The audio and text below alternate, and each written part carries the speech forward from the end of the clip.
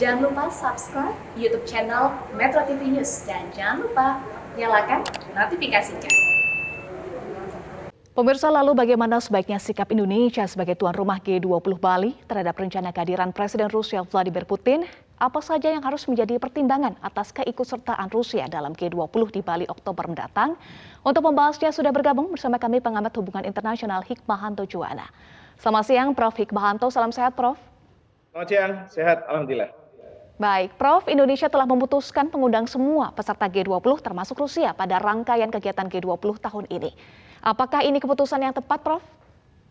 Ya, tentu ini keputusan yang tepat ya, karena ini normanya memang semua anggota akan diundang oleh tuan rumah yang sekaligus menjabat sebagai Presiden G20. Hanya saja yang perlu dipahami dan perlu digarisbawahi adalah negara-negara yang akan diundang itu sekarang sudah berkelompok. Mereka kemarin ini menjadikan Ukraina sebagai tempat medan perang.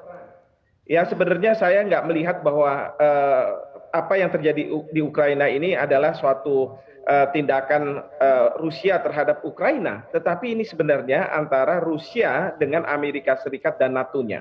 Ya. Nah, sekarang medan perang itu digeser ke Indonesia dalam konteks konferensi G20, dalam konteks membicarakan masalah perekonomian dunia. Kita tahu tadi, kita dengar bahwa Amerika Serikat minta Indonesia untuk mempertimbangkan keanggotaan Rusia di G20. Nah, Rusia pandai, mereka mengatakan bahwa justru saya akan hadir. Dan Cina juga mengatakan bahwa mereka melihat bahwa kehadiran Rusia sangat penting sehingga dia mendukung Rusia untuk hadir. Nah, sementara dari sisi atau kubu Amerika Serikat dan lain sebagainya itu, kita sudah mendengar Perdana Menteri Australia yang mengatakan bahwa mereka tidak akan hadir apabila Rusia akan hadir. Di sini yang harusnya Presiden G20 memahami permasalahan. Bukan cuma sekedar bicara soal norma, kita sudah mengundang lalu berharap bahwa semua akan hadir dan berharap bahwa situasi di Ukraina nantinya akan selesai sendiri. Mereka, Kemlu Indonesia harus menciptakan perdamaian. Mereka harus bertindak sekarang juga. Baik, Prof. Tapi menurut Anda Putin akan hadir tidak di tengah agresi Rusia yang disebut mulai mengalami kemunduran ya dan bisa menjadi bumerang terhadap Putin. Sehingga posisi Putin dinilai rentan, Prof, ketika meninggalkan negaranya. Atau Rusia melalui Putin punya posisi tawar seperti harus hadir di G20? Sekali lagi, ini kita kan masih bicara bulan November, ya. Kita juga masih belum tahu apakah beliau akan hadir atau tidak. Tadi Duta Besar dari Rusia sudah mengatakan bahwa intensinya akan hadir, tetapi melihat perkembangan situasi pandemi dan lain sebagainya.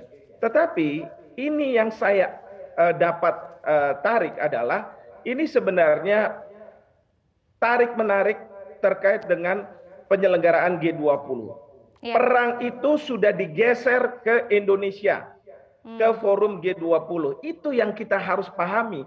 Bukan kita bicara soal hadir atau tidak hadirnya para kepala pemerintah dan kepala negara dari G20 ini. Jangan kita terlalu sempit melihat ini.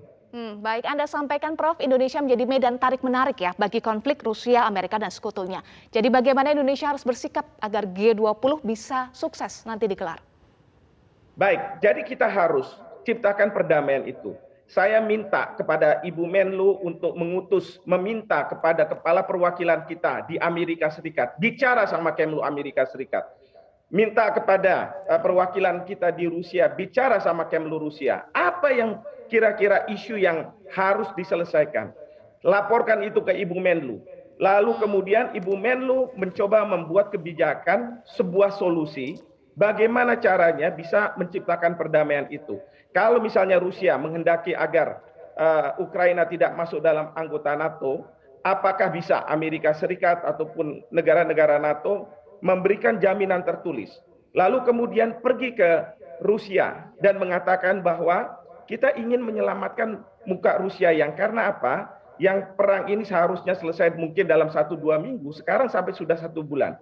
Jadi dengan tawaran yang ada dari Amerika Serikat bahwa ada jaminan tertulis, mereka kita minta untuk melakukan gencatan senjata. Karena mereka perlu solusi untuk mereka bisa keluar dari Ukraina juga. Nah, pikiran-pikiran seperti itulah yang harus dilakukan oleh Kemlu, berinovasi dan bila perlu menyampaikan kepada Bapak Presiden agar Bapak Presiden bisa menelpon Presiden Joe Biden, menelpon Presiden Putin. Yang satu yang saya minta, agar hilangkan rasa inferioritas bahwa Indonesia tidak relevan, Indonesia bukan siapa-siapa. Hilangkan itu, karena kita adalah Presiden G20. Baik. Prof, tetapi sudah ada sejumlah statement ya, salah satunya Australia yang mengancam tidak akan hadir kalau Rusia hadir. Tentu tidak menutup kemungkinan Amerika Serikat, Inggris, dan sekutunya juga tidak hadir. Lalu apa implikasinya dan bagaimana Indonesia harus bersikap? Implikasinya bagi kita G20 akan gagal. Dan sejarah akan mencatat negara ini, Republik Indonesia, adalah sebuah negara yang tidak bisa memaksimalkan perannya sebagai Presiden G20 ketika terjadi suatu situasi yang sangat-sangat membahayakan bagi dunia. Ini yang akan dicatat oleh sejarah. Oleh karena itu saya ingin para pengambil kekuasaan di Indonesia untuk memanfaatkan betul posisi kita sebagai Presiden G20. Jangan sekedar berdoa dan berharap. Harus ada ikhtiar. Itu yang harus dilakukan. Baik, nah langkah diplomasi Indonesia kini menjadi sorotan Prof sebagai presidensi G20 dan Anda juga sempat sampaikan ya pakai topi G20 untuk damaikan Rusia Ukraina. Bagaimana konkretnya dengan tentunya tetap netral dan berdasarkan prinsip bebas aktif? Tadi yang saya katakan bahwa kita harus menciptakan perdamaian. Kita minta supaya ada gencatan senjata. Dan kalau misalnya memang ada permasalahan, selesaikan secara damai dan itu yang diminta oleh Bapak Presiden. Ya. Saya bingung juga kenapa Kementerian Luar Negeri tidak bisa menerjemahkan apa yang diminta oleh Bapak Presiden. Kenapa mereka tidak bergerak sekarang? Sekarang kita boleh bertanya, apa yang sudah dilakukan selama 1 bulan ini oleh Kementerian Luar Negeri untuk supaya kita bisa mendamaikan itu? Apa karena kita selalu punya inferioritas yang membuat kita terhalang untuk bisa menciptakan perdamaian itu? Saya katakan, kita coba dulu. Kalau misalnya gagal, tidak diterima, paling tidak kita sudah mencoba. Jangan seperti sekarang, tidak mencoba, cuma berpikir-pikir saja, ya akhirnya terus saja berlanjut ini perang. Ini yang harusnya dilakukan.